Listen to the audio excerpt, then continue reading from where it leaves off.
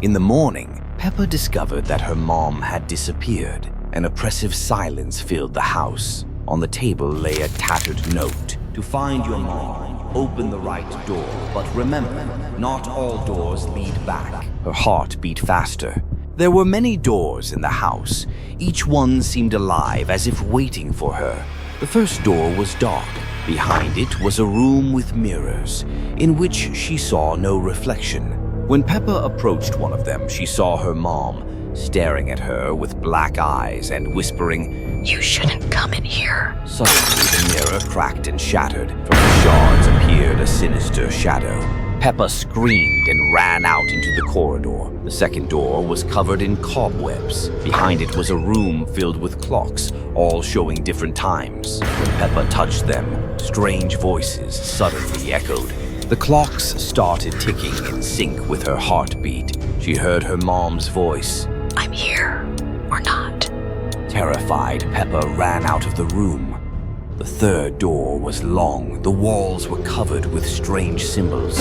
At the end of the corridor appeared her mom with black eyes. She quickly started approaching her.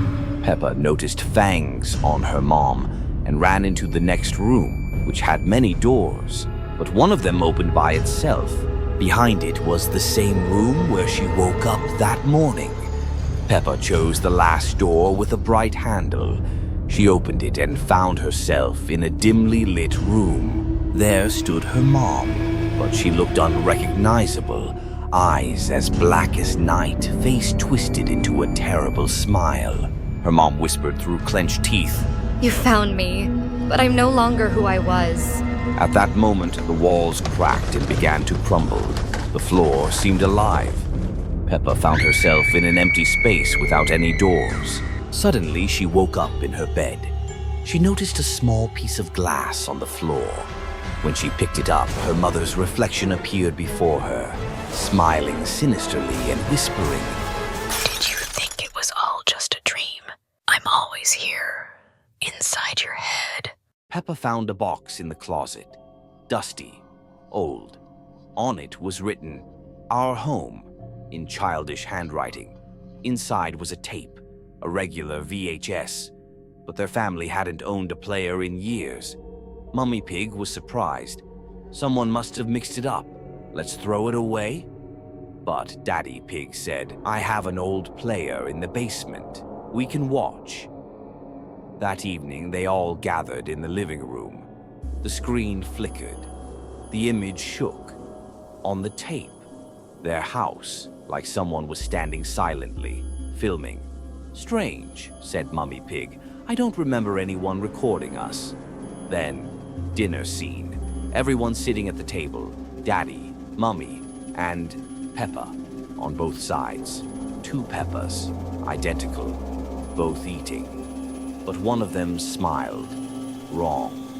Suddenly, one of them turned her head and looked directly into the camera. And in the next instant, she was standing in their room. George started drawing strange pictures. In each one, a creature with a round head and white eyes, no arms, no legs, just a body. "It comes at night," George whispered. "I saw it." Peppa didn't believe him, but that night she woke up, and in the corner of her room, something was lying there, a huge round head. It didn't move, but it was breathing. When she turned on the light, it vanished. The next night, her flashlight went out. She heard something crawling under the bed. No footsteps, just a sticky sliding sound. Peppa looked down, and it was there. Face inches away, head round, eyes white. In the morning, George's eyes had turned completely gray. He didn't speak. He just stared at Peppa, and then it came again. From the wall, across the ceiling. It stopped right above her, and then the words, "Now you've seen me too." Peppa and George were playing hide and seek. Just like always, George chose a cozy spot, a little further than usual. Peppa was walking through an empty hall. The house seemed frozen in time. George was hiding well, too well. Mommy Pig was washing the dishes, but her movements were a bit slowed down. Mommy, George isn't coming out. He always plays like that. Peppa felt the presence of something supernatural. The wardrobe where George was hiding was now closer than before. George was always nearby, but he wasn't here. The game of hide and seek had long since crossed into another realm. Peppa approached the window. There was George. He was outside, looking at Peppa and trying to get her attention. Turning around, Peppa noticed that George was also inside. She went outside. The yard was empty. The grass was pressed down, as if someone had just left. But now, in the window, there was her, the one who hadn't come out. Peppa decided to go back home. The door creaked as if someone was pulling it at the same time she did. Something in the house had changed, like it was shrinking. The wardrobe remained, but it no longer hid anything. Peppa entered the kitchen. George sat with his back to her at the table. He was waiting, but something was wrong. His face was blurred. He whispered, "You lose. The game was over." But had it ever really begun? Deleted Peppa Pig episode, The Living Toy. George loved his dinosaur, but that day, the toy fell into a place where it shouldn't have gone. George didn't know. Some toys find their owners on their own. When George disappeared, Peppa decided to look for him, but she had no idea. She would have to search not for her brother, but for what had taken him. The trail led to the nursery, where it all began. The door to the nursery swung open, and Peppa saw a giant dinosaur holding George in its claws. Give him back! Peppa shouted, but the dinosaur already knew his name. Peppa tried to rescue her brother, but the dinosaur swatted her away with its tail. George mumbled. His voice sounded strange, as if the dinosaur was learning how to be him. Peppa grabbed a toy hammer and struck the dinosaur's paw.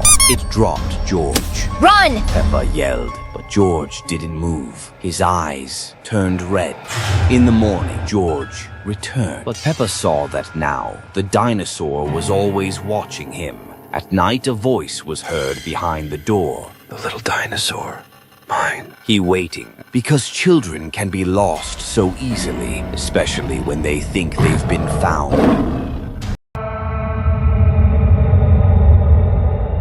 It was an ordinary day. Peppa's math teacher, Madame Gazelle, started coming to her house. At first, Peppa enjoyed studying with her. However, after a few days, Peppa became thin and sad. Her parents started to worry. Peppa, you must eat. Mama Pig insisted. But Peppa didn't want anything except math. Please, call Madame Gazelle. Her parents obeyed their daughter's request. Peppa looked worse and worse. Madame Gazelle sat with her in the room and taught her mathematics. Suddenly, she pulled out a pink stone. Peppa's pupils disappeared, and she floated up as if hypnotized. "Math is your life, Peppa," said Madame Gazelle with a sinister smile. Meanwhile, her parents had no idea what was happening. They were sitting in the living room watching TV. "What an interesting movie," said Daddy Pig. A few days later, Peppa could no longer walk or talk. Why isn't she getting better? Mama Pig asked, wiping tears from her eyes. One day, Mama Pig saw Madame Gazelle smiling menacingly, holding a stone over Peppa. What is going on here? Shouted Mama Pig. "Get out of here, Madame Gazelle," said Daddy Pig, looking at her with suspicion. The room darkened. Madame Gazelle transformed into a terrible monster that only said one thing. "Math will take over the world. Bow to it." A cold wind blew.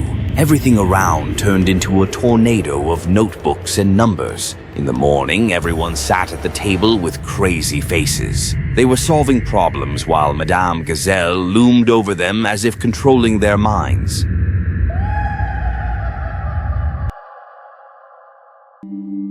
It all started as usual. Peppa and George were playing with Evie, Peppa's younger sister. Evie, George, let's build the tallest tower. Suggested Peppa. Suddenly, Evie started complaining about stomach pain. Don't worry, I'll help. Replied Mommy. Peppa and George looked at their sister with concern. Daddy Pig went to the kitchen for medicine. As he was about to return, suddenly the lights in the room went out. Strange. Said Daddy Pig. Suddenly, a huge black hand appeared from the darkness and grabbed him. When Daddy Pig didn't come back, Mommy Pig called Dr. Rabbit. She began examining her, but suddenly black, thin tentacles appeared from Evie's mouth. Help! Screamed Dr. Rabbit as Evie grabbed her and dragged her out of the nursery. Peppa and George watched in horror, unable to do anything. Meanwhile, Mommy Pig went down to the hall and stumbled upon a cocoon made of tentacles, in which Daddy Pig was barely visible. Suddenly, everything went dark again, and a second cocoon appeared nearby, this time with Mommy Pig inside. Now only Peppa and George remained in the nursery. No one could help them. They heard Evie's whisper approaching the door. Evie? Asked a frightened Peppa, looking toward the door. She appeared with a grim smile and completely black eyes, saying,